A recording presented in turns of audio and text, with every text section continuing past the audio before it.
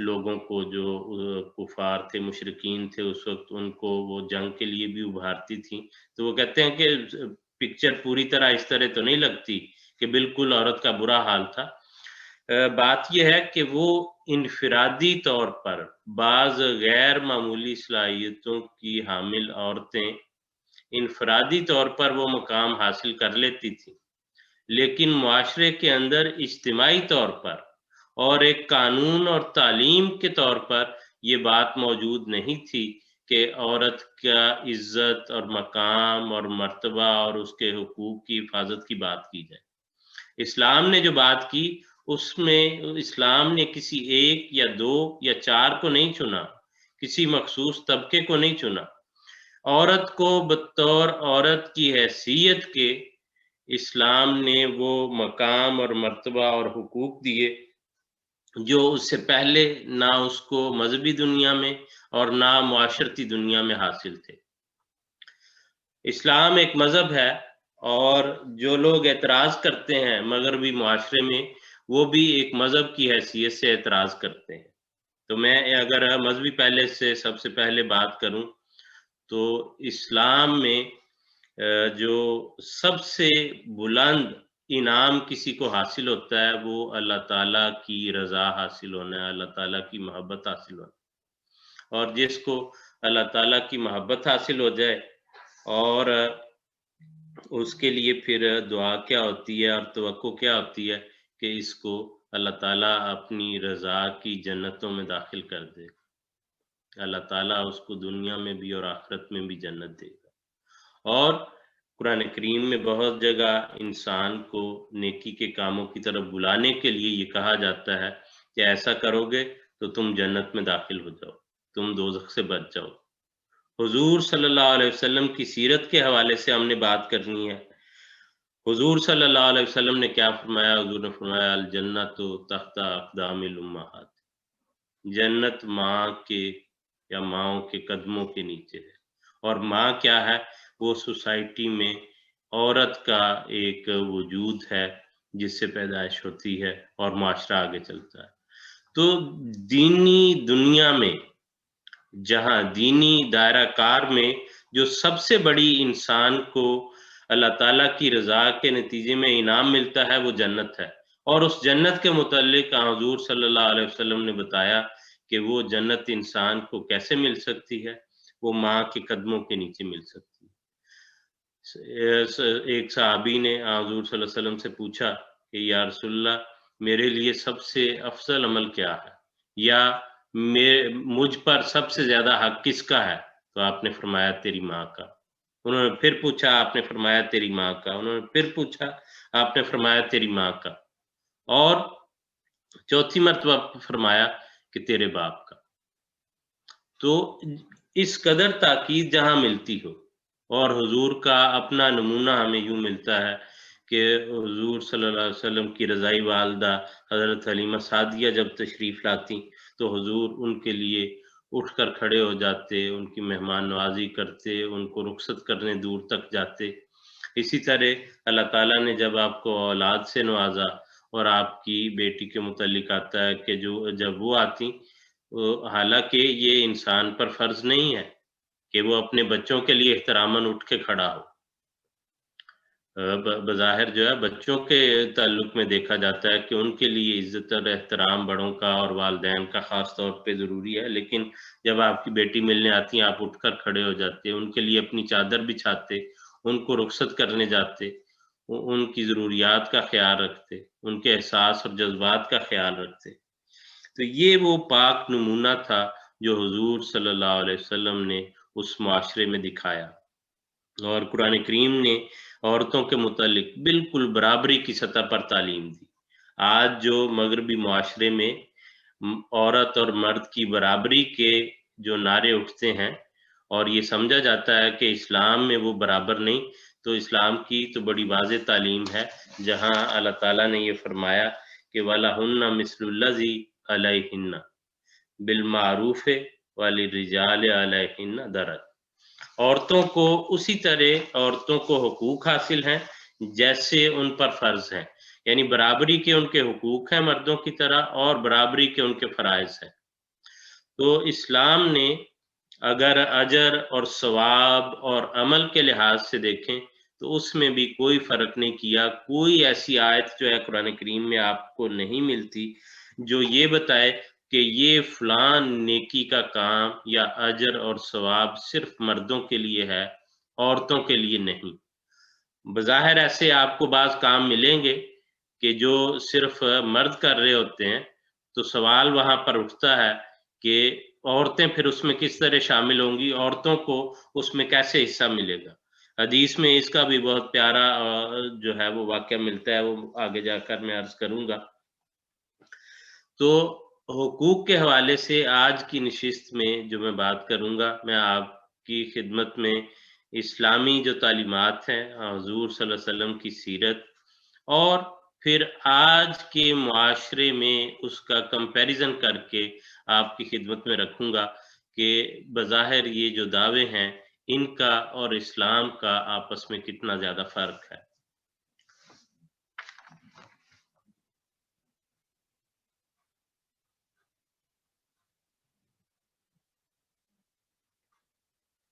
حضور صلی اللہ علیہ وسلم نے یہ فرمایا، مشکات شریف میں ہے کہ بیویوں سے اس نے سلوک کے متعلق انسان کی زندگی کا ایک بہت اہم حصہ جہاں پر عورت کا عمل دخل ہوتا ہے اور انسان کا واسطہ پڑتا ہے، وہ بیوی کی شکل میں ہے. ماں اور بہنوں کی شکل میں نے بیان کر دیا. اگلی سٹیج انسان کی آتی ہے کہ وہ بلوغت کی عمر کو پہنچتا ہے اور اس کی شادی ہوتی ہے اور ایک عورت اس کے گھر میں آ کے اس کے ساتھ رہنا شروع کرتی ہے.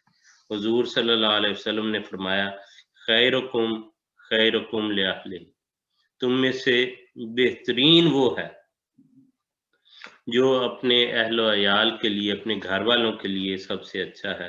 وَأَنَا خَيْرُكُمْ لِأَهْلِي، اور میں تم میں سے سب سے بہتر ہوں اپنے گھر والوں کے لیے. حضور نے اپنی ذاتی زندگی کو نمونے کے طور پر پیش فرمایا، اور یہی اللہ تعالیٰ نے ہمیں بتایا کہ لَقَدْ كَانَ لَكُمْ فِي رَسُولِ اللَّهِ أُسْوَةٌ حَسَنَةٌ. اللہ تعالیٰ تمہارے لیے بہترین نمونہ ہے.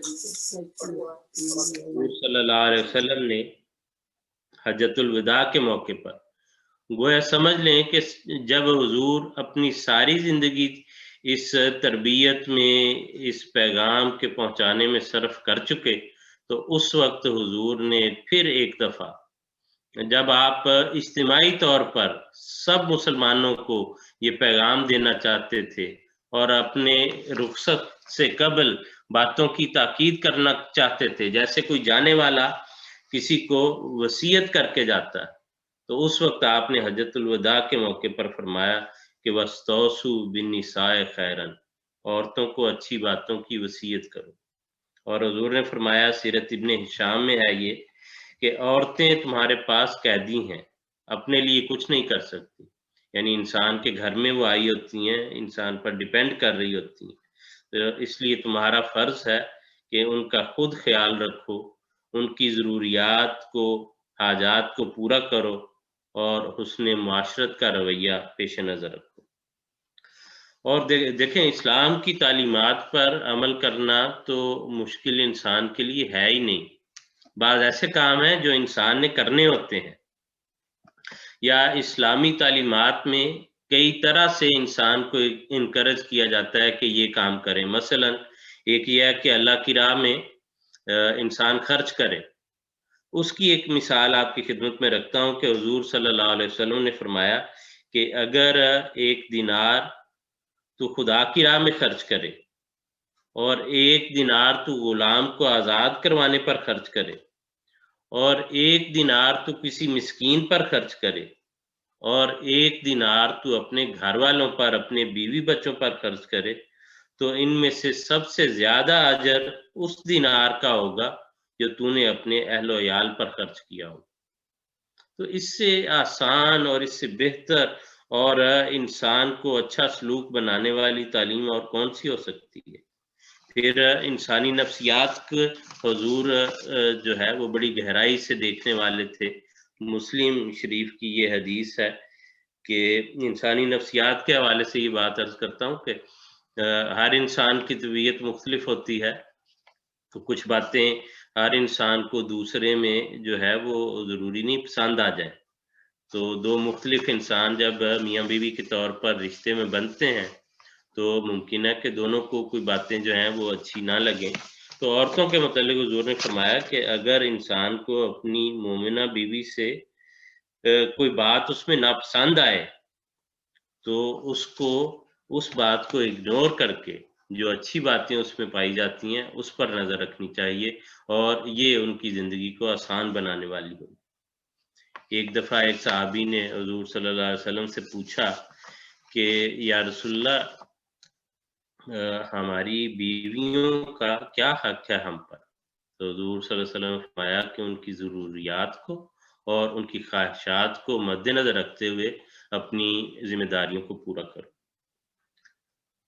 ایک اور پہلو جو خرابی معاشرے میں ہمیں نظر آتی ہے وہ یہ ہے کہ، اور خاص طور پر اس مغربی معاشرے میں جو آپس کے تعلقات ہوتے ہیں میاں بیوی کے، اس کا پردہ نہیں رکھا جاتا، اور ان باتوں کو جو ہے وہ لوگ بیان کرتے ہیں، شیئر کرتے ہیں.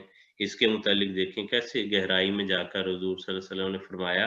صحیح مسلم کتاب النکاح کی یہ حدیث ہے کہ قیامت کے روز خدا کے حضور سب سے بدترین وہ شخص ہوگا جو اپنی بیوی سے علیحدگی میں ملتا ہے اور وہ اس سے ملتی ہے، پھر بعد میں وہ اس کے راز پھیلاتا ہے. کہ میاں بیوی کے جو آپس کے تعلقات ہوتے ہیں، ان کی آپس کی باتیں ہیں، ان کو دوسرے لوگوں کے ساتھ جو ہے وہ شیئر کرنا، تو یہ ایسی برائی ہے جو اس معاشرے میں جو ہے وہ پائی جاتی ہے. لیکن اسلام نے ابتدائی وقت سے ہی اس کے متعلق منع کیا ہے اور یہ سمجھایا ہے کہ یہ راز کی باتیں ہیں، اور قرآن کریم نے میاں بیوی کو ایک دوسرے کے لیے لباس قرار دیا ہے. تو لباس جو ہے اس کے کئی انسان کی جو ہے زندگی میں حیثیتیں ہیں.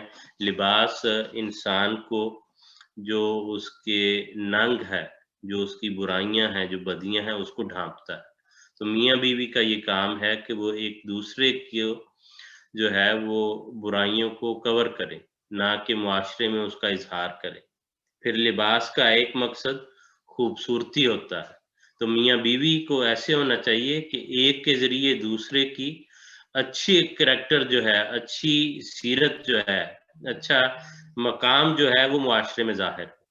پھر لباس انسان کو گرمی سردی سے بچاتا ہے.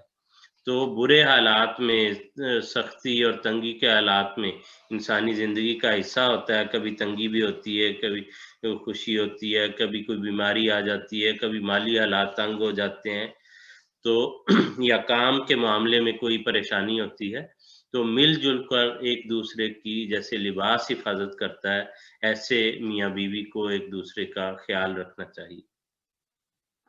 پھر حضور نے فرمایا، حضرت یہ سنن نبی داؤد کتاب النکاح کی یہ روایت ہے کہ حضرت معاویہ بن حیدہ بیان کرتے ہیں کہ میں نے حضور صلی اللہ علیہ وسلم سے عرض کی کہ ہم میں سے کسی کی بیوی کا حق اس کے خاوند پر کیا ہے؟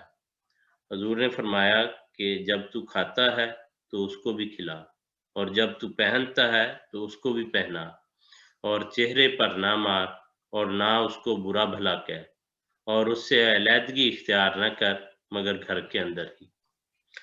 اب اس میں دیکھیں کہ کئی لوگ ایسے ہوتے ہیں کہ وہ خود تو باہر نکل جاتے ہیں، دوستوں کے ساتھ کھائیں پیئیں گے، ہوٹلوں پر جائیں گے، ریسٹورنٹ پر جائیں گے، یا دوست مل کر دعوتیں کریں گے، لیکن بیوی بچوں کا حال نہیں پوچھتے. اسلام کی تعلیم یہ اجازت نہیں دیتی، بلکہ فرمایا ہے جو تو کھاتا ہے وہ اس کو کھلا، جو تو پہنتا ہے اسی طرح اس کو پہنا. یعنی انسان یہ نہیں کہ اپنے لیے وہ بڑے اچھے جو ہے وہ کپڑے خریدتا رہے اور بیوی بچوں کا خیال نہ رکھے. جو ہے اس کو یہ سمجھنا چاہیے کہ انسان ان باتوں کو بھی یہ خیال رکھے اور مد نظر رکھے. پھر حضور صلی اللہ علیہ وسلم کا اپنا یہ نمونہ تھا اور اسوہ تھا کہ حضور گھر میں جو ہے وہ مدد کرتے اور کبھی جو ہے وہ سختی نہیں کی، بلکہ اس حد تک حضور کا یہ طریق تھا کہ اگر کوئی بات اچھی نہیں بھی لگی تو اس پر بھی حضور درگزر فرماتے.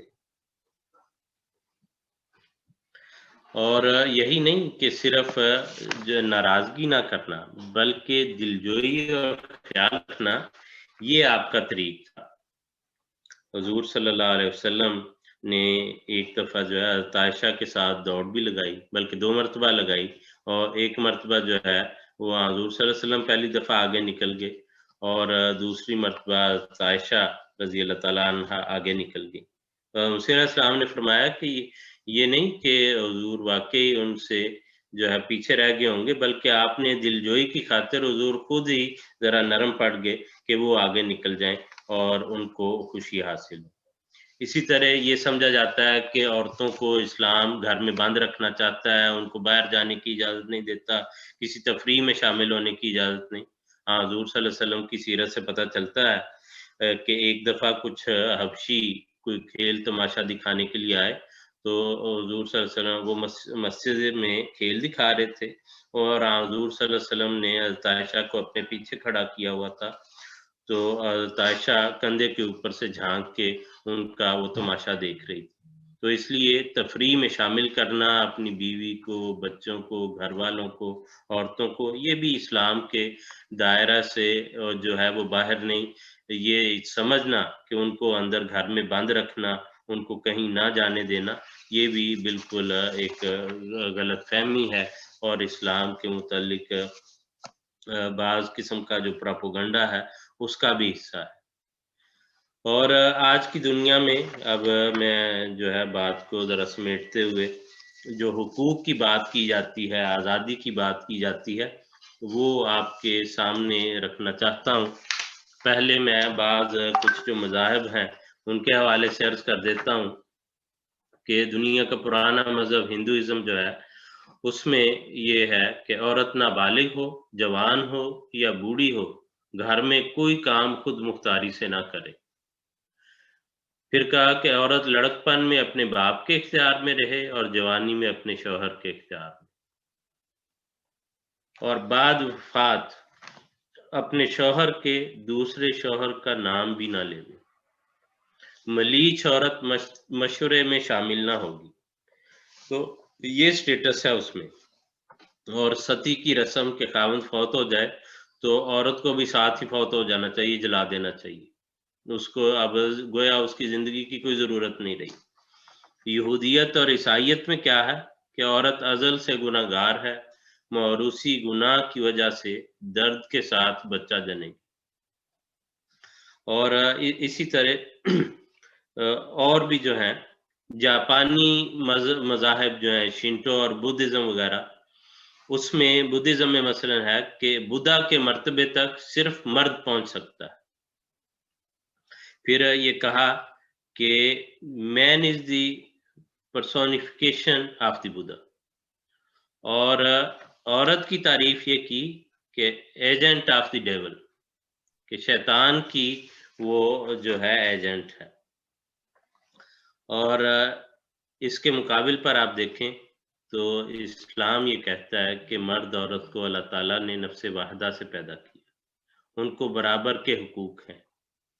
ایک اور چیز جو ہے وہ بے شک آپ اگر ہو سکتا ہے سوالات میں کہیں آ جائے وہاں پر میں ایڈریس کر لوں گا کہ رشتوں کے متعلق کہ عورت کو گویا اپنی پسند سے شادی کرنے کی اجازت نہیں ہے، یا اسلام میں ویسے پسند کی شادی کی اجازت نہیں، یا ولی کی مرضی کے مطابق ہی اس کو شادی کرنی ہوگی. یہ باتیں جو ہیں وہ وہاں جا کر بھی ہم ڈسکس کریں گے. میں جو آزادی کی باتیں کرتے ہیں، جو اسلام کو کہتے ہیں کہ یہ ایک قدامت پسند مذہب ہے، عورت پر جبر اور ظلم اور زیادتی کرتا ہے، تو میں کچھ جو فیکٹس ہیں وہ آپ کے سامنے رکھ دیتا ہوں. اور آج کی دنیا جن کو یہ دعویٰ ہے، یہ گمان ہے کہ ہم بہت ایڈوانس ہیں، عورتوں کو ان کا بھی میں آپ کو بتا دیتا ہوں. مثلاً ہر انسان کا بنیادی حق ہے تعلیم حاصل کرنا، اور اسلام نے یہ کہا کہ جب بھی کوئی بچہ پیدا ہو تو یا فرمایا طلب العلم مسلم و مسلمت، علم حاصل کرنا ہر مسلمان مرد اور عورت پر فرض ہے، اور پنگوڑے سے لے کے قبر تک جو ہے لحد تک انسان کو علم حاصل کرنا چاہیے۔ آج جہاں بہت ترقی یافتہ معاشرہ ہم دیکھتے ہیں اور اسٹڈی کی اور یونیورسٹیوں کی بات ہوتی ہے، تو آپ کے یہ علم میں ہو کہ 1880 میں پہلی مرتبہ بی اے کی ڈگری دی گئی تھی جو ہے لنڈن یونیورسٹی میں، اور جو ہے 1850 میں لنڈن کالجیٹ اسکول نے جو ہے وہ سیم ایجوکیشن جیسے لڑکوں کو مل سکتی ہے اس کا رائٹ دیا تھا عورتوں کو، اور 1874 میں پہلا میڈیکل کالج جو ہے وہ بنا۔ تو اسلام نے 1400 سال پہلے سے یہ حقوق دے رکھے ہیں۔ حضور صلی اللہ علیہ وسلم نے فرمایا کہ آدھا دین حضرت عائشہ سے سیکھو۔ تو اسلام نے تو کب کی یہ حیثیت جو ہے تعلیم کی، نہ صرف تعلیم حاصل کرنے کی بلکہ تعلیم دینے کی، ٹیچر کی، پروفیسر کی، وہ جو ہے وہ دی ہوئی ہے حیثیت۔ پھر عورت کو جی اس کا مشورہ شامل ہو، سوسائٹی کا حصہ ہو، ووٹ دینے کا حق جو ہے وہ 1918 میں جا کے ملا، بلکہ جو برابر کا رائٹ ہے وہ 1928 میں جا کے ملا تھا، ووٹ دینے کا، برابری کا۔ پھر جو ہے انسان کی شادی ہونا اور ڈائیورس کا جو حق ہے کہ عورت اپنی مرضی سے علیحدہ ہو جائے، اسلام میں تو شروع سے یہ حق حاصل ہے، اور عورتوں نے حضور صلی اللہ علیہ وسلم کے وقت میں بھی یہ پریکٹس کی کہ جا کے عورت نے صاف سیدھا حضور کو کہا، حضور صلی اللہ علیہ وسلم کو، کہ میرا خاوند بہت اچھا ہے، اس میں کوئی خرابی نہیں، لیکن وہ مجھے پسند نہیں، میں اس کے ساتھ رہنا نہیں چاہتا۔ حضور صلی اللہ علیہ وسلم نے کہا تمہیں حق حاصل ہے، تمہیں علیحدہ ہو جائے۔ اور ڈائیورس کا جو رائٹ ہے یہاں پر عورت کو وہ 1857 میں بیسیکلی ملا، اور جو اس میں بھی کئی شرائط تھیں، اور یہ ثابت کرے کہ اس کا خاوند جو ہے وہ بد کردار ہے یا ایسی خرابیاں اس میں پائی جاتی ہیں، پھر اس کو یہ ملے گا۔ جو پراپر کوئی چینج اس میں آیا وہ 1969 میں جا کے آیا۔ تو اس کو دیکھیں، 69 جو ہے 1970 جو ہے یہ یہاں سے کوئی دور نہیں ہے، کل کی بات ہے۔ تو ابھی ان کے بہت جو ہے سفر ان کا باقی ہے، تو اسلام پر کسی طور پر یہ اعتراض نہیں کر سکتے۔ پھر عورت کا پراپرٹی رکھنے کا رائٹ کہ اس کی اپنی کوئی آمدنی ہو، وہ اپنا جو ہے جائیداد رکھ سکے، اس کا جا کے جو property, the law of property act, کہ جو ہسبینڈ اور وائف کو انہیرٹ کرنے کا ایک دوسرے کی پراپرٹی رائٹ دیتا ہے، وہ 1922 میں جا کے بنا ہے۔ اور آپ قرآن کریم کو اٹھا کے دیکھیں کیسی وضاحت کے ساتھ ماں کا حق ہے، بیٹی کا حق ہے، بہن کا حق ہے، بیوی کا حق مقرر ہے۔ تو ہر ایک کے لیے حقوق کی ضمانت اسلام نے اس وقت سے دی ہوئی ہے، اور حضور صلی اللہ علیہ وسلم نے اس کی وہ پریکٹس جو ہے عملی طور پر وہ کر کے دکھائی ہوئی ہے۔ تو یہ وہ چیزیں ہیں، یہ وہ حضور صلی اللہ علیہ وسلم کی عملی زندگی ہے جو ہمارے سامنے موجود ہے۔ تو اس لیے ہمیں ان دعووں سے، ان نعروں سے مرعوب نہیں ہونا چاہیے، ڈرنا نہیں چاہیے، بلکہ ہمیں جو ہے وہ پورے کانفیڈنس کے ساتھ اسلام کی تعلیم پیش کرنی چاہیے اور اس کی تبلیغ کرنی چاہیے۔ اب جو ہے وہ میں وقت چھوڑتا ہوں، سوالات اگر کرنا چاہیں کوئی۔ جی جزاک اللہ رفیع صاحب، بہت اچھے طریقے سے آپ نے سیدنا رسول اکرم صلی اللہ علیہ وآلہ وسلم کی سیرت کے خصوصاً ایک پہلو کے حوالے سے گفتگو کی۔ سیرت طیبہ کا تو ایک پہلو ایسا ہے کہ جس پر کتابیں لکھی گئی ہیں، اور یہ حسین تذکرہ مہینوں تک چل سکتا ہے، لیکن ظاہر ہے وقت کی کمی ہے۔ تو ہمارے جو سامعین ہیں، جو ناظرین ہیں، ان کی خدمت میں بھی یہی عرض ہے کہ اس وقت خصوصاً سیرت کے ایک پہلو پر ہم گفتگو کریں اور ایک دو سوالات بھی اسی حوالے سے آئے ہیں۔ باقی یہاں ان پروگرام کا مقصد یہ ہوتا ہے کہ ایک تو کسی ایک موضوع پر گفتگو ہو، دوسرا توجہ بھی دلوائی جائے۔ تو یہاں تو جو وقت ہمارے پاس میسر ہے وہ سب کے سامنے ہے، لیکن آپ سیدنا حضور اکرم صلی اللہ علیہ وسلم کے حوالے سے جماعت میں لٹریچر موجود ہے۔ حضرت مسیح موعود علیہ الصلوۃ والسلام نے حضور صلی اللہ علیہ وسلم کی سیرت پر روشنی ڈالی ہے۔ پھر ایک سیرت خاتم النبیین کے نام سے حضرت صاحبزادہ مرزا بشیر احمد صاحب رضی اللہ تعالیٰ عنہ کی بڑی مستند کتاب موجود ہے، تو ہم اس کا بھی جا کر یہاں سے ضرور مطالعہ کریں تاکہ ہم حضور صلی اللہ علیہ وسلم کی شخصیت کو، آپ کی سیرت کو جان سکیں، اور تبلیغ کے حوالے سے ہمارے پاس اتنا مواد ہو، جیسا محترم مربی صاحب بتا رہے تھے کہ اعتراضات اسلام پر کیے جاتے ہیں، پھر ہم ان کے جوابات بھی دے سکیں۔ تو پہلا سوال مربی صاحب یہ ہے، میں نام بھی لے لیتا ہوں جن دوست نے یہ کیا تھا، نسیم ڈار صاحب ہیں کنگسٹن سے۔ وہ یہ پوچھ رہے ہیں کہ عورت اور مرد کی یہ گواہی کا تناسب ہے، ایک مرد اور دو عورتیں، اس پر اگر خلاصتاً بتا دیں کہ اس کی کیا حقیقت ہے یا اس میں کیا حکمت ہے؟ جی، جو گواہی کے تعلق میں یہ میں وضاحت کر دوں کہ عورت کی گواہی کو اسی طرح اسلام معتبر جانتا ہے، اس کو قبول کرتا ہے۔ جو دو عورتوں کی گواہی کا تعلق ہے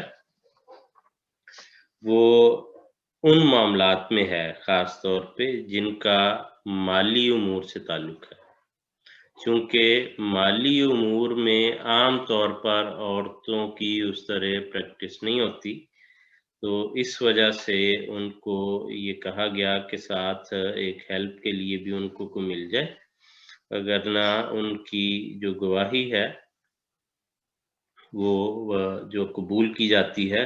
اور دیکھیں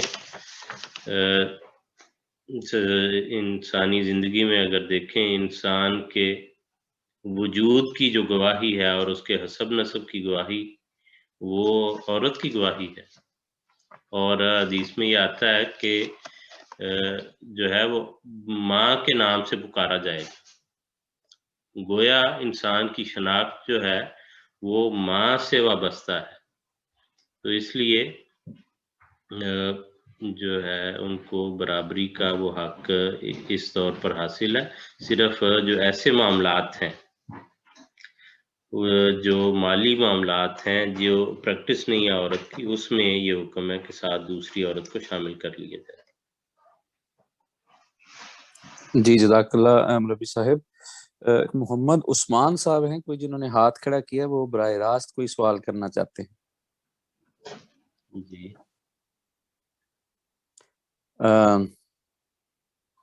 ٹیکنیکل ٹیم اگر عثمان صاحب کو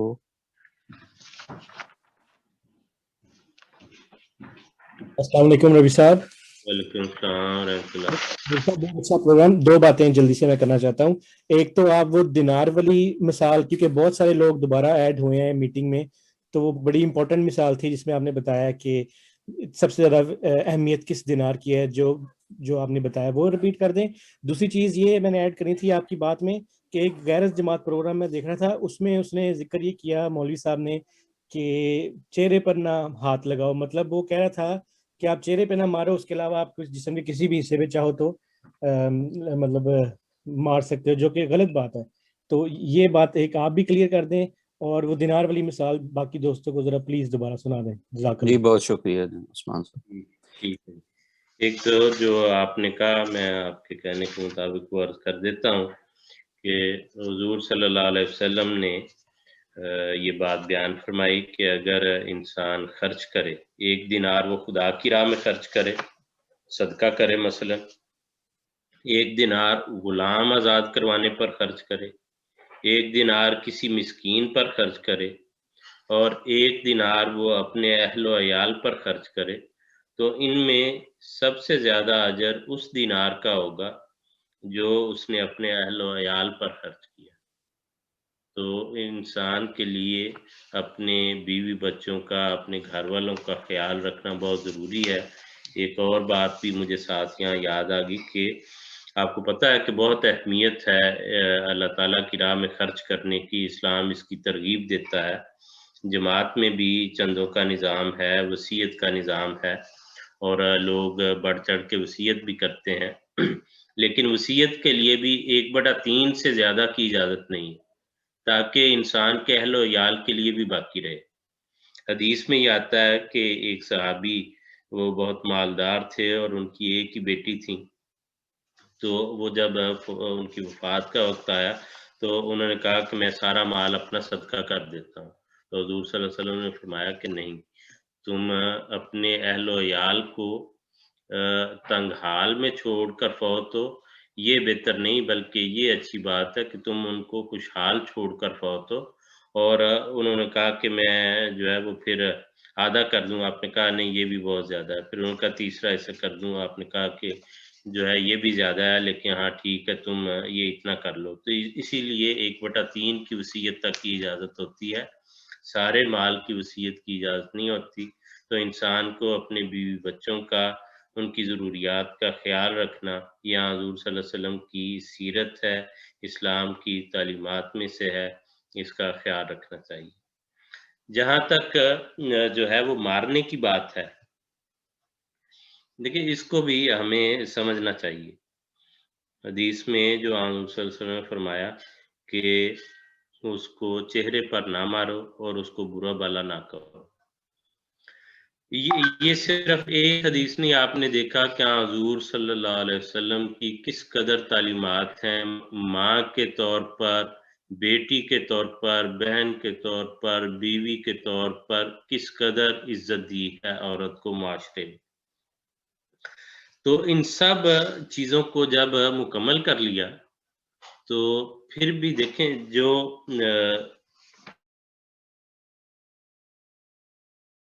ہے تو اس میں پروویژن ہر چیز کی ہوتی ہے.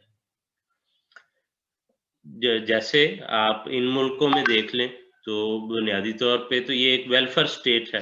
ویلفیئر سٹیٹ جو ہے وہ لوگوں کا خیال رکھتی ہے، ان کے کھانے پینے کا، رہائش کا، ان کے حقوق کا. لیکن کیا یہاں پر یہ قانون موجود نہیں کہ جو کسی کو تکلیف دے اس کو پولیس اریسٹ کر لے، اس کو قید میں ڈال دیا جائے؟ کئی لوگ جو ہیں ان کو یہ عمر قید تک ہوتی ہے، جرمانہ بھی ہوتا ہے. تو جہاں پر خرابی کے چانسز ہوتے ہیں وہاں پر اصلاح کے لیے پھر سزا کا پہلو دنیا کی ہر جو معاشرہ ہے اس میں موجود ہے. اس کا مذہب سے تعلق نہیں ہے، اس کا انسانی معاشرے سے تعلق ہے کہ بعض دفعہ بعض خرابیوں کو روکنے کے لیے انسان کو کچھ سزا بھی دینی پڑتی ہے. آپ سب لوگ یہ سمجھ سکتے ہیں، میں بیوی سے ہٹ کے مثلا مثال دیتا ہوں کہ انسان کو اپنے بچوں سے بہت محبت ہوتی ہے. وہ اس کے جسم کا ایک حصہ ہوتے ہیں، وہ اس کے خون سے پیدا ہوئے ہوتے ہیں. طبی طور پر انسان کے دل میں ایک محبت ہوتی ہے. لیکن پھر بھی کئی دفعہ ایسا ہوتا ہے کہ بچہ کوئی ایسی شرارت کرتا ہے تو انسان اس کو سمجھانے کے لیے، باز رکھنے کے لیے اس پر سختی کرنی پڑتی ہے. اسی طرح بیوی بھی انسان کے ان ذمہ داریوں میں داخل ہے جہاں پر اس کی یہ ذمہ داری بنتی ہے کہ وہ اس کی تربیت کرے، اس کی اصلاح کرے. کوئی ایسا معاملہ ہو تو سب سے پہلی بات تو یہ ہے کہ انسان کو اپنے حسن سلوک سے اس کو جو ہے وہ اصلاح کرنی چاہیے. انسان کا سلوک ایسا ہو کہ وہ اس کی تربیت کے نتیجے میں ٹھیک ہو جائے. اگر وہ نہیں تو انسان اس کو نصیحت کرے اور سمجھائے.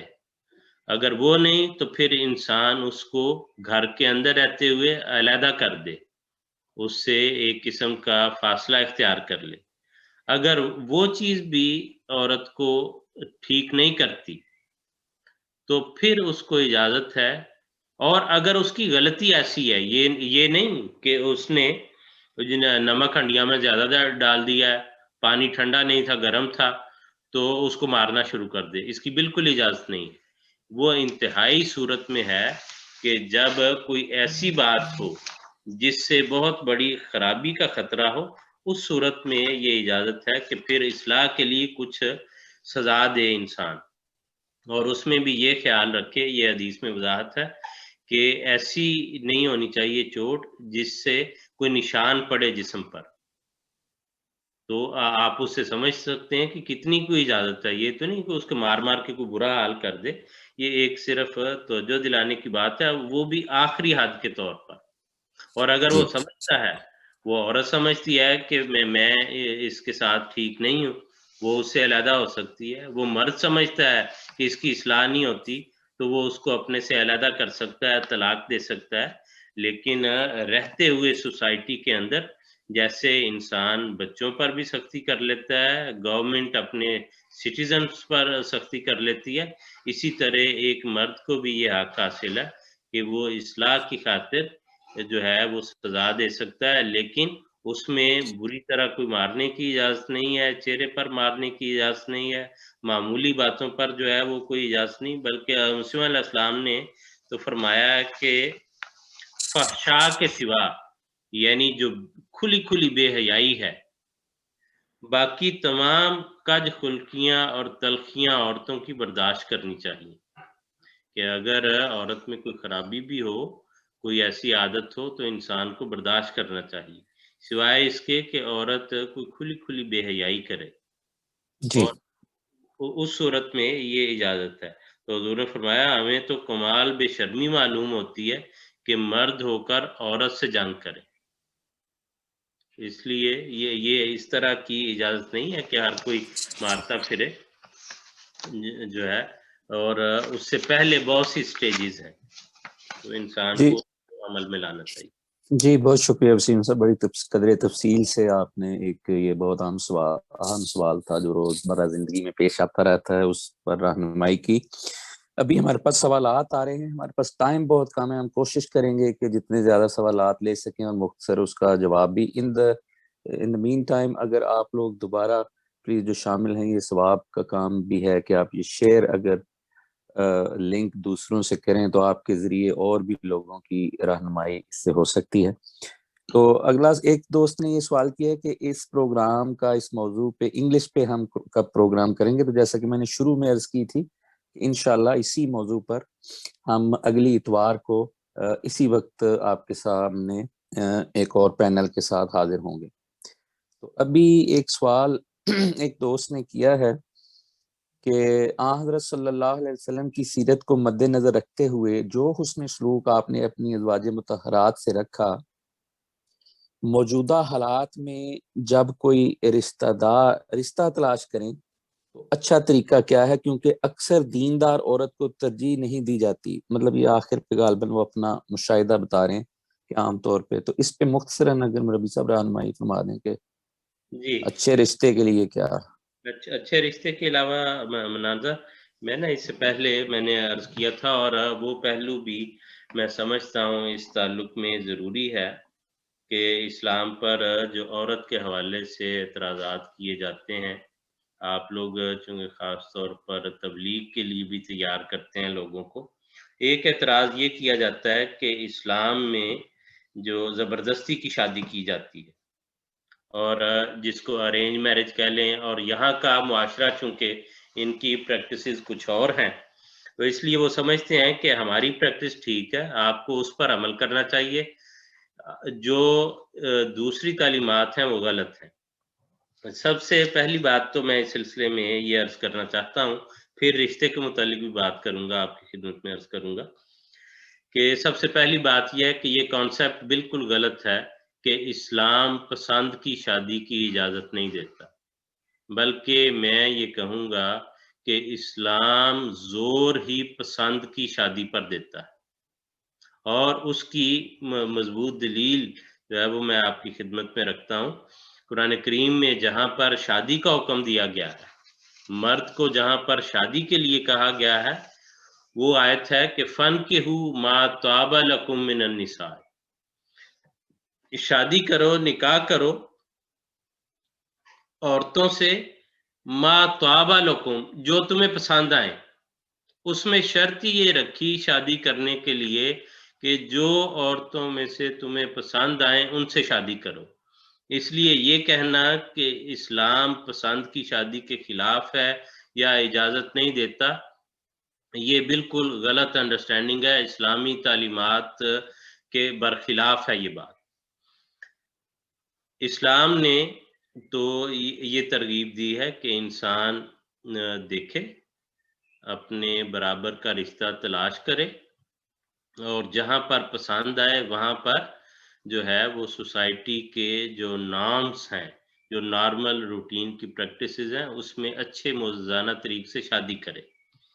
جو بات اسلام نے منع کی ہے وہ ہے کہ پوشیدہ طور پر دوستیاں لگا کے یا شادی سے پہلے دوستیاں کر لی جائیں اور پھر شادی کرنا، اس کی اسلام اجازت نہیں دیتا۔ اب جو لوگ یہ کہتے ہیں، یہ یہاں پر مغربی معاشرے میں پیش کیا جاتا ہے کہ جی دیکھیں، جب میں کسی آدمی کو جانتا ہی نہیں یا کوئی کسی عورت کو جانتا ہی نہیں تو کیسے اس سے شادی کی جا سکتی ہے، پہلے انڈرسٹینڈنگ ہونی چاہیے، انسان ایک دوسرے کو سمجھ لے تو پھر شادی کرے۔ اچھا دیکھیں، جب تک تو بات ہوتی ہے نظریے کی، جب تک کوئی مفروضہ ہو اس وقت تک تو ہم کہہ سکتے ہیں کہ یہ درست ہے یا غلط ہے۔ اگر اس پر بار بار ایکسپیریمنٹ ہو جائیں اور اس کا رزلٹ سامنے آ جائے، پھر ہم اس رزلٹ پر ڈیپینڈ کریں گے۔ مغربی معاشرے نے اس طریق کو اپنایا کہ جی ہم پہلے دوستی کریں گے، ٹائم سپینڈ کریں گے اکٹھے، ایک دوسرے کو سمجھنے کی کوشش کریں گے اور پھر ہم شادی کریں گے۔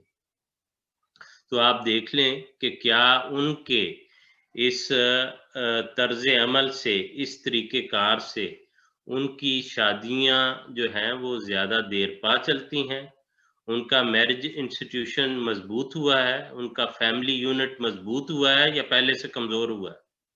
پچھلے 30-40 سال سے وہ یہ پریکٹس ہو رہی ہے مغربی معاشرے میں، تو اس کے نتیجے میں اگر تو ان کے ہاں بہتری آئی ہے، کپلز جو ہیں وہ زیادہ ہنسی خوشی رہتے ہیں، ڈائیورس نہیں ہوتی، ان کے آپس میں لڑائی جھگڑے نہیں ہوتے اور بڑی اچھی فیملی یونٹ بن جاتا ہے، وہ اکٹھے مل کے بچوں کی پرورش کرتے ہیں، تو پھر انسان سوچ سکتا ہے کہ ہاں ٹھیک ہے، یہ بات ہمیں بھی دیکھنا چاہیے کہ کہیں ہم کسی غلط لائن پر تو نہیں چل رہے۔ لیکن ہم دیکھتے ہیں کہ اس کے مقابل پر ویسٹرن سوسائٹی میں یہ بات بالکل ہر ایک کے سامنے ہے کہ فیملی یونٹ بالکل ڈسٹرائے ہو چکا ہے، میرج انسٹیٹیوشن ختم ہو چکا ہے، حکومتیں اپنے شہریوں کو جو ہے وہ کئی قسم کے انسینٹیو دیتی ہیں کہ آپ اگر شادی کریں گے، بچے پیدا کریں گے تو ہم آپ کو یہ جو ہے وہ فائدے دیں گے، ٹیکس میں چھوٹ دیں گے۔ کس وجہ سے ہے؟ کیونکہ ان کے اندر اس چیز کو، اس شادی شدہ زندگی کو بہت نقصان پہنچا ہے، ان کی گروتھ ریٹ جو ہے وہ بہت نیچے چلی گئی ہے۔ کئی ملکوں میں ایسا خطرہ پیدا ہو گیا ہے کہ ان کی اصل آبادی جو ہے وہ باقی لوگوں سے کم ہو جائے گی۔ اگر ان کا یہی گروتھ ریٹ رہا تو ان کے ملک کے جو اصل آبادی ہے وہ اس میں سے کم ہوتی ہوتی ختم ہونے کے قریب کسی وقت میں پہنچ جائے گی۔ تو اس لیے وہ کہتے ہیں لوگوں کو وہ شادیاں کریں، بچے پیدا کریں، ہم آپ کو یہ چھوٹ دیں گے، یہ فائدہ دیں گے۔ جی تجربے نے یہ بتایا کہ ان کی جو پریکٹس تھی وہ غلط تھی، اور جو اسلام کا طریق ہے، جو تعلیمات ہیں وہ بالکل ٹھیک ہیں۔ اور پھر ایک یہ بات منان صاحب میں عرض کر دوں کہ یہ سمجھا جاتا ہے کہ گویا عورت کو مجبور کیا جاتا ہے، یا اسلام میں اس کی اجازت ہے۔ اسلام میں اس کی اجازت نہیں ہے۔ جو ولی کا کانسیپٹ ہے کہ ولی کی رضامندی ضروری ہے، وہ اس لیے تاکہ عورت کا کوئی گارڈین ہو جو اس کے معاملات طے کر سکے دوسری پارٹی سے، اور وہ انسان کو وہ پروٹیکشن حاصل رہے، اور اس کو مشورہ فیصلہ کرنے میں کہ کسی بڑے کی پروٹیکشن شامل ہو۔ آپ اسی طرح سمجھ لیں کہ اگر کوئی فرم رجسٹرڈ نہیں ہے اور گورنمنٹ کی اس کو پروٹیکشن نہیں ہے، تو کل کو آپ کے ساتھ کوئی فراڈ ہو جائے تو گورنمنٹ اس کی ذمہ داری نہیں لیتی۔ لیکن اگر وہ فرم رجسٹرڈ ہے اور گورنمنٹ کی رولز اور ریگولیشنز کے مطابق ہے تو گورنمنٹ آپ کی ہیلپ کرتی ہے، انشورنس آپ کی ہیلپ کرتی ہے۔ تو یہ ایک انشورنس ہے۔ اگر ولی کا صرف کہ ولی کے اوپر ڈیپینڈ ہوتا اور اسلام سمجھتا کہ بغیر مرد کی مرضی کے عورت کبھی شادی نہیں کر سکتی، تو پھر بیوہ کو بھی یہ اختیار نہ ہوتا کہ وہ بغیر ولی کے شادی کرے۔ آپ کو یہ پتہ ہونا چاہیے کہ بیوہ کے لیے یہ شرط نہیں ہے یا طلاق یافتہ کے لیے کہ ولی کی وہ ضرور رضامندی حاصل کرے۔ اس کو چونکہ ایک تجربہ حاصل ہو جاتا ہے، اس کو اس چیز کا پتہ چل گیا، اس لیے وہ اپنے معاملات میں بہتر فیصلہ کر سکتی ہے۔ تو اسلام نے وہاں پر ولی کی شرط جو ہے وہ ختم کر دی۔ اگر یہ بنیادی شرط ہوتی تو پھر کسی سٹیج پر بھی ختم نہ ہوتی۔ اگر بعض لوگ ایسا کر رہے ہیں، مثلا پاکستان میں، ہندوستان میں، بنگلہ دیش میں یا عرب ممالک میں، تو یہ اسلام کی تعلیمات نہیں، بیسیکلی ان علاقوں کی پرابلم ہے۔ وہاں پر آپ دیکھیں تو ہندو بھی ایسے ہی کر رہا ہے، عیسائی بھی ایسے ہی کر رہا ہے، سکھ بھی ایسے ہی کر رہا ہے۔ تو اس کا اسلام سے تعلق نہیں ہے، بیسیکلی کلچر جو ہے، ایک سوسائٹی جو ہے اس سے تعلق ہے۔ اسلامی تعلیمات اس بارے میں بڑی واضح ہیں۔ جی بہت شکریہ وسیم صاحب، بڑی اچھے طریقے سے آپ نے اس کی وضاحت کی، بڑا اہم یہ بھی سوال تھا۔ اب ہمارے پاس وقت بالکل ختم ہو گیا ہے، ویسے تو 6 بجے تک پروگرام ہے، لیکن چونکہ ہم نے 5 منٹ پہ شروع کیا تھا، ہمارے پاس 3-4 منٹ ہیں، ہمارے پاس ایک سوال کا وقت ہے، لیکن میں ان دوستوں سے جنہوں نے بہت سارے سوالات کیے ہوئے ہیں، ڈاکٹر غضنفر شیخ صاحب اور علی شیخ صاحب، وہ براہ راست سوال کرنا چاہتے تھے۔ اس کے علاوہ ہمارے پاس سوال آیا ہے کہ کس معاشرے اور ملک کے قوانین کے مطابق خالد صاحب پوچھ رہے ہیں کسی مرد کو اپنی بیوی کو کسی بھی صورت میں کسی تھوڑی یا زیادہ سزا دینے کا، اس پہ ہم نے آگے بات کی ہے۔ کیا وہ کہہ رہے ہیں کہ کیا قانون حرکت میں نہیں آ جائے گا؟ مہربانی کر کے قانونی حوالے سے کر دیں۔ میرے سے میں آپ سے پوچھتا ہوں اس سلسلے میں۔ اچھا، اس کے علاوہ بہت سے اور سوالات ہیں، لیکن آخر پہ ایک تبلیغ کے حوالے سے اس موضوع سے متعلق میں ایک سوال کرنا چاہتا ہوں۔ میں اپنے سننے والوں کو یہ ضرور بتا دوں کہ اگلی دفعہ انگلش میں بھی اسی موضوع پر پروگرام ہوگا، وہاں کوشش کریں گے ان رہ گئے جو سوالات ایڈریس کریں، اور پھر انشاءاللہ آگے مستقبل میں عورتوں کے حقوق کے حوالے سے ایک علیحدہ سے بھی ایک پروگرام آئے گا، اس میں ہمارے پاس موقع ہوگا۔ تو وہ سوال کرنے سے جو میں آپ سے ایک اہم تبلیغ کے حوالے سے سوال ہے صاحب، اگر 1 منٹ میں یہ جو قانونی پہلو ہے یہ ضروری ہے، اس کی ذرا مختصر سی وضاحت کر لیں۔ دیکھیں، اسلام کا یہ بنیادی اصول ہے، اور جماعت ہمیشہ اس بات کی وضاحت کرتی ہے، سب یہ بیان کرتے ہیں کہ جو بھی ملکی قانون ہے اس کے مطابق انسان کو چلنا چاہیے۔ دیکھیں، اگر پاکستان میں ہمیں یہ اجازت نہیں ہے کہ ہم اذان دے سکیں، تو ہم وہاں قانون کے خلاف جا کے اذان نہیں دے رہے۔ تو ملکی قانون جو ہے اس کو بہرحال مد نظر رکھنا چاہیے۔ اور دیکھیں، ضروری تو نہیں ہے، میں نے اس وقت بھی یہ وضاحت کی تھی کہ اگر اصلاح نہیں ہوتی، عورت کو آپ نصیحت کرتے ہیں، آپ بڑوں کو ڈالتے ہیں، آپ نظام جماعت کے پاس جاتے ہیں، آپ اس کو علیحدہ کرتے ہیں گھر کے اندر رہتے ہوئے، تو پھر ایک اور اگر کوئی اصلاح کا ذریعہ نہیں ہے تو آپ اس کو بتا دیں کہ جی علیحدہ ہو جائیں، میں آپ کے ساتھ ہی صورت میں نہیں رہ سکتا۔ یہ اس حد تک یہ بات چلی گئی ہے کہ ہم دونوں کے لیے قابل برداشت نہیں ہے۔ تو آپ کسی کو بھی قانون کو ہاتھ میں لینے کی اجازت نہیں ہے کہ اسلام کے نام پر اسلام بندہ یہ شروع کر دے کہ جی میں نے چونکہ اسلامی طور پر اجازت ہے اس لیے میں ماروں گا۔ اسلام نے بھی بالکل آخر پہ جا کے جو ہے اس بات کو رکھا ہے۔ جی ٹھیک ہے، قانون کے مطابق جو ہے وہ انسان کو جی بہت شکریہ، قانون کا احترام کرنا چاہیے۔ اچھا ربیع صاحب، آخری یہ سوال تھا کہ مغربی معاشرے میں جو ابھی آپ نے بھی ذکر کیا کہ 100 سال یا کچھ عرصہ پہلے 100 سال جو حقوق انہوں نے قائم کیے، تو گو کہ ہم یہاں کے بھی جب اسٹیٹسٹکس کو دیکھتے ہیں، اعداد و شمار کو یہاں دیکھتے ہیں، تو وہاں عورت پر ابھی بھی مظالم مختلف رنگ میں جاری ہیں، تو وہ کتنا حق قائم ہوا ہے اس کے علاوہ۔ لیکن اسلامی دنیا کے بارے میں بھی ایک بڑا تاثر آج کل میڈیا پہ خاص طور پہ ہے کہ عورت کو دبایا جاتا ہے زبردستی، پاکستان جیسے ملکوں میں، ہندوستان جیسے ملکوں میں مسلمان کیا جاتا ہے، بچیوں کے ریپ کے واقعات آئے دن ہائی لائٹ ہوتے رہتے ہیں، پھر عورتوں کو مارنے کے حوالے سے جیسے بات کی، پھر ہمارا ایک معاشرتی ساؤتھ ایشیا میں خاص طور پہ کلچر ہے جو پھر جہاں باہر بھی لوگ ہوتے ہیں کہ جب شادی کے بعد لڑکی سسرال میں جاتی ہے تو اس کو ایسے ملازم کی طرح رکھا جاتا ہے۔ تو جائیداد وغیرہ میں تو حق نہیں دیا جاتا، بہت ساری چیزیں ہیں. تو اس پہ یہ ذرا مختصر بتا دیں کہ جیسے شروع میں بات ہوئی کہ سیدنا رسول اکرم صلی اللہ علیہ وسلم کی سیرت اور آپ کی تعلیم میں تو بڑی واضح طور پر یہ تمام حقوق قائم کر دیے گئے، جیسا کہ آپ نے شروع میں اسے سارا تفصیل سے بتایا. اس کے باوجود پھر یہ معاملہ کیوں ہے اسلامی معاشرے میں، اور اس کو خاص طور پہ مغرب جس طرح ہائی لائٹ کرتا ہے، تو ہم اس کا دفاع کیسے تبلیغ میں میدان میں کر سکتے ہیں؟ اگر 2 منٹ میں اس کی پلیز وضاحت کر دیں. ایک تو مناظر میں جیسے میں نے پہلے عرض کیا کہ اسلام تو ایک تعلیم ہے جو آئی ہے اسلام کی، اور اسلام کی تعلیم اس سلسلے میں بہت واضح ہے. قرآن کریم میں بڑی وضاحت سے بیان ہے. حضور صلی اللہ علیہ وسلم اس قرآن کو سمجھتے تھے. حضور کی پریکٹیکل زندگی جو ہے، دیکھیں اگر عورت کو مارنے کا یہ اجازت ہے یا یہ بیان ہے تو سب سے زیادہ تو قرآن پر حکم کرنے والے، قرآن پر عمل کرنے والے حضور صلی اللہ علیہ وسلم تھے. حضور صلی اللہ علیہ وسلم کی زندگی میں کوئی ایک موقع بھی نہیں ملتا کہ جہاں پر آپ نے اپنی بیوی کو، کبھی کسی بیوی کو مارا ہو یا ڈانٹا بھی ہو ہلکا سا، بلکہ ایسے ایسے محبت کے جو ہیں وہ واقعات ملتے ہیں. ایک دفعہ کا ذکر ملتا ہے کہ حج سے واپسی پر حضرت صفیہ رضی اللہ تعالیٰ عنہ کا اونٹ پیچھے رہ گیا، وہ بیٹھ گیا، تو وہ پیچھے رہنے کی وجہ سے رونے لگ گئی.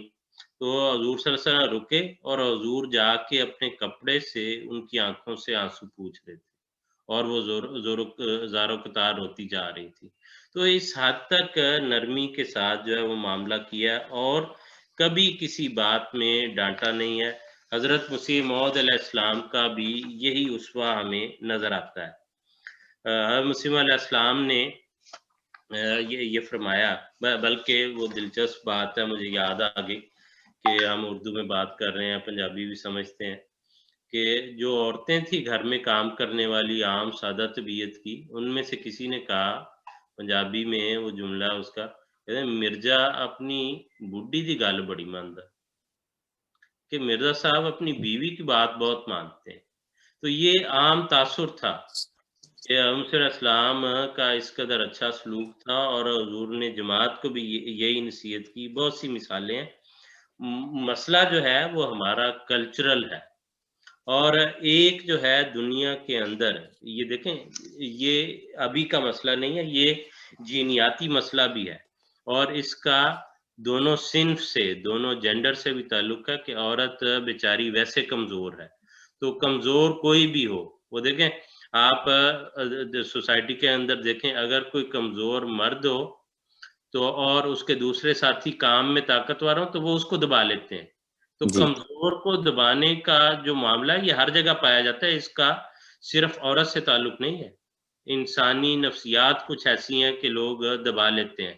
عورت چونکہ جسمانی طور پر مقابلہ نہیں کر سکتی تو اس وجہ سے یہ ظلم ہوتا ہے، اور اس کا اسلام کی تعلیم سے تعلق نہیں ہے، اسلامی ممالک سے تعلق نہیں ہے. یہ اصل میں تو کلچرل ہے.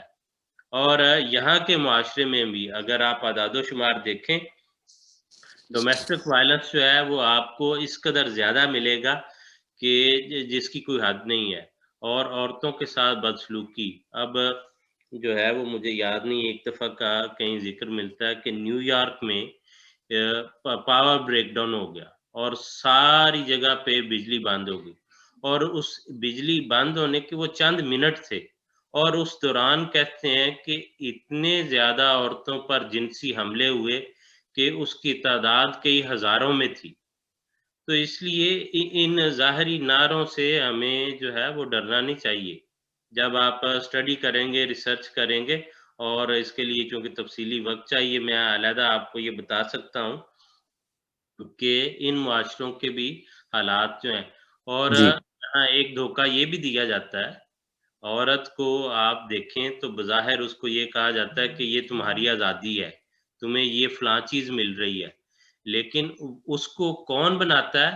اس کو بھی مرد بنا رہے ہیں، اور اپنی ہوس کے لیے اور اپنی تسکین کے لیے، اپنی عیاشی کے لیے عورت کو، جیسے وہ کہتے ہیں نا، وہ ٹرک کی بتی کے پیچھے لگایا ہوا ہے، اور عورت یہاں پر بیوقوف بنی ہوئی ہے کہ گویا مجھے آزادی مل رہی ہے، حالانکہ اس کو گھر کی چار دیواری سے نکال کے اس کو کام کرنے پر، محنت کرنے پر لگا دیا. جہاں مرد کا فرض تھا کہ اس کے لیے رزق کما کے لائے، اس کے کھانے کا، پینے کا، پہننے کا، علاج کا خیال رکھے، اس کے بچوں کی حفاظت کرے، عورت کو کہہ دیا نہیں تم بھی میرے ساتھ باہر نکلو، میں 8 گھنٹے کام کرتا ہوں، تم بھی 8 گھنٹے کام کرو. اس لیے، اور اس کو عورت جو ہے وہ بیوقوفی سے برابری سمجھ رہی. حالانکہ اسلام نے تو یہ ساری ذمہ داری اٹھا کر مرد پر ڈال دی کہ تمہارا کام ہے اس کو پرووائڈ کرو، تو تم فزیکل اسٹرینتھ رکھتے ہو. اور یہ برابری جو ہے یہ بھی جھوٹ ہے، نظر کا دھوکہ ہے. آج بھی دیکھیں اس مغربی معاشرے میں کبھی یہ ہوا کہ عورتوں کے اور مردوں کے دوڑ کے برابر مقابلے ہوں؟ علیحدہ علیحدہ ہوتے ہیں. ان کے وہ ٹینس کے مقابلے علیحدہ علیحدہ ہوتے ہیں، فٹ بال کے مقابلے علیحدہ علیحدہ ہوتے ہیں، کیونکہ ان کو پتہ ہے کہ عورت اور مرد برابر نہیں ہے. یہ ویجز برابر نہیں دیتے ان کو، مردوں کی ویجز اور ہیں، عورتوں کی اور ہیں. امپلائمنٹ میں نہیں رکھتے باوجود اس کے ہونے کے، جو ان کو پتہ ہے کہ اس کو جو ہے چھٹی لینی پڑے گی. تو اس لیے یہ ظاہری طور کے نعرے ہیں، اس کی حقیقت نہیں ہے. اور اسلامی معاشروں میں جہاں پر یہ کمی پائی جاتی ہے، وہ ہمارا فرض ہے کہ ہم تعلیم بھی پہنچائیں اور اپنا نمونہ بھی ایسا پیش کریں کہ جس سے لوگ یہ سمجھیں کہ مسلمان اچھا سلوک کرتے ہیں. جی بالکل بالکل. بلکہ آپ نے جو آخر پہ بات کی، جیسا کہ ساری تفصیل سے ہم نے بات کیا کہ یہ سب حقوق سیدنا حضرت اقدس محمد مصطفیٰ صلی اللہ علیہ وسلم نے بیان کر دیے. اور آج اگر اسلامی معاشروں میں کہیں یہ پرابلمز ہیں، ابھی ہمارے اپنے ہی ملک زیادہ لوگ اس وقت ہمارے ساتھ شاید پاکستان سے ہی تعلق رکھنے والے ہوں گے، عورت کے مارچ کے نام سے یہ نعرے بلند ہو رہے ہیں. تو تبلیغی حوالے سے ہمیں یہ بھی سمجھنا چاہیے کہ اس کی یہ بھی وجہ ہے کہ حضور اکرم صلی اللہ علیہ وسلم کی نافرمانی کے نتیجے میں کہ جو ان لوگوں نے امام وقت کو، مسیح الزمان کو قبول نہیں کیا، اس قسم کے اور بہت سارے مسائل سے دوچار ہیں. تو ہمارا بطور احمدی یہ فرض ہے کہ اس وقت حضور صلی اللہ علیہ وسلم کی نمائندگی اور آپ کی تعلیمات کو دنیا میں پھیلانے کا جو علم ہے، وہ حضرت مسیح علیہ السلام کے خلیفہ حضرت امیر المومنین اید اللہ تعالیٰ بن نصر العزیز نے اٹھایا ہوا ہے. تو آپ کے خطبات ہمارے سامنے ہیں، آپ کے خطبات کتب کی شکل میں، آڈیو ویڈیو کی شکل میں ہمارے سامنے موجود ہیں. ہمیں اس حوالے سے بھی خاص طور پہ وہاں سے رہنمائی چاہیے، اور پھر اللہ کے فضل سے ہم یہ اسلام کا سچا حقیقی اور حضور اکرم صلی اللہ علیہ وسلم کی سیرت طیبہ کو دنیا کے سامنے لے کر جا سکتے ہیں. تو یہاں معذرت، سب سے پہلے آج چند منٹ موضوع ایسا تھا. جی میں صرف 1-2 منٹ میں بات کر دوں. جی مربی صاحب. پوچھا تھا بیچاروں نے، تو وعدہ بھی ان سے کیا، مجھے یاد نہیں رہا بات میں، کہ اچھا رشتہ تلاش کرنے کا طریق کیا ہے. جی دیکھیں، اسلام نے اس میں یہ رہنمائی کی ہے کہ انسان کو اپنے ہم کفو یعنی برابری میں رشتہ تلاش کرنا چاہیے.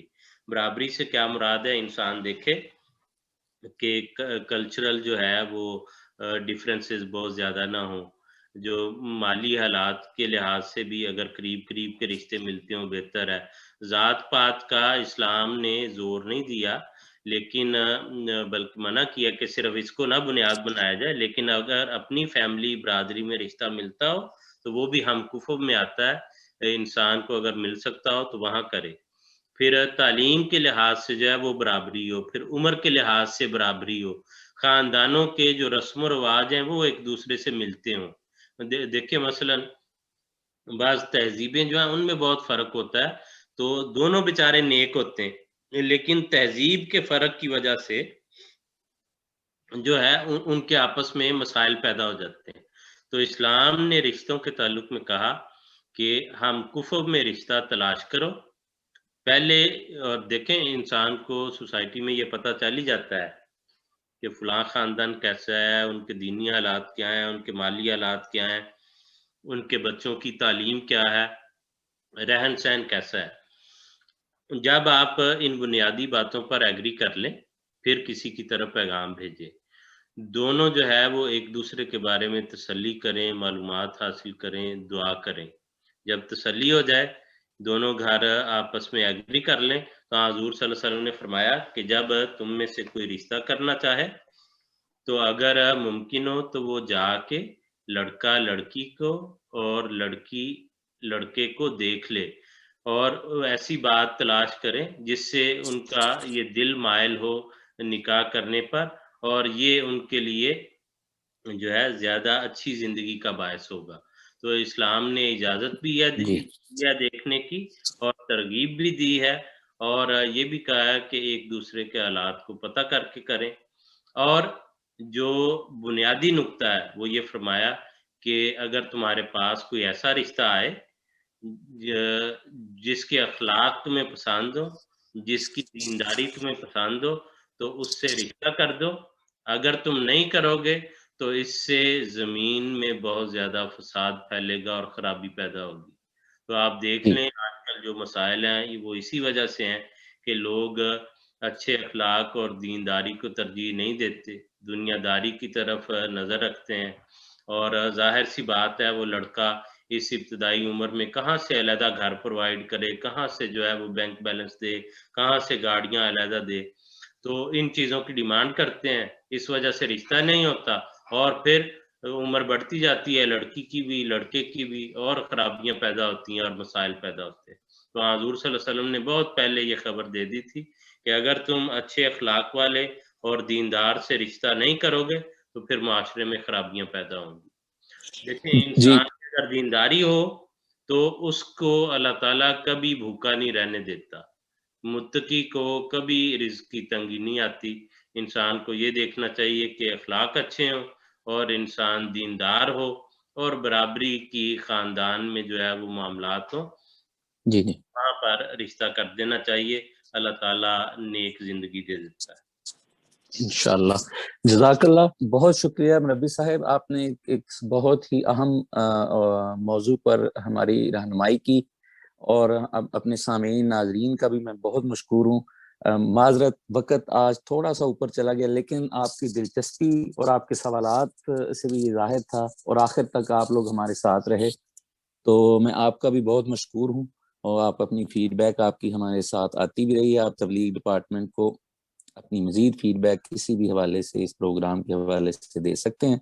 تو یہاں ہم آپ سے اجازت چاہیں گے، تو انشاءاللہ اگلے ہفتے اگلے اتوار کو اسی وقت اسی موضوع پر انگریزی زبان پر آپ کے سامنے یہ پروگرام لے کر حاضر ہوں گے انشاءاللہ۔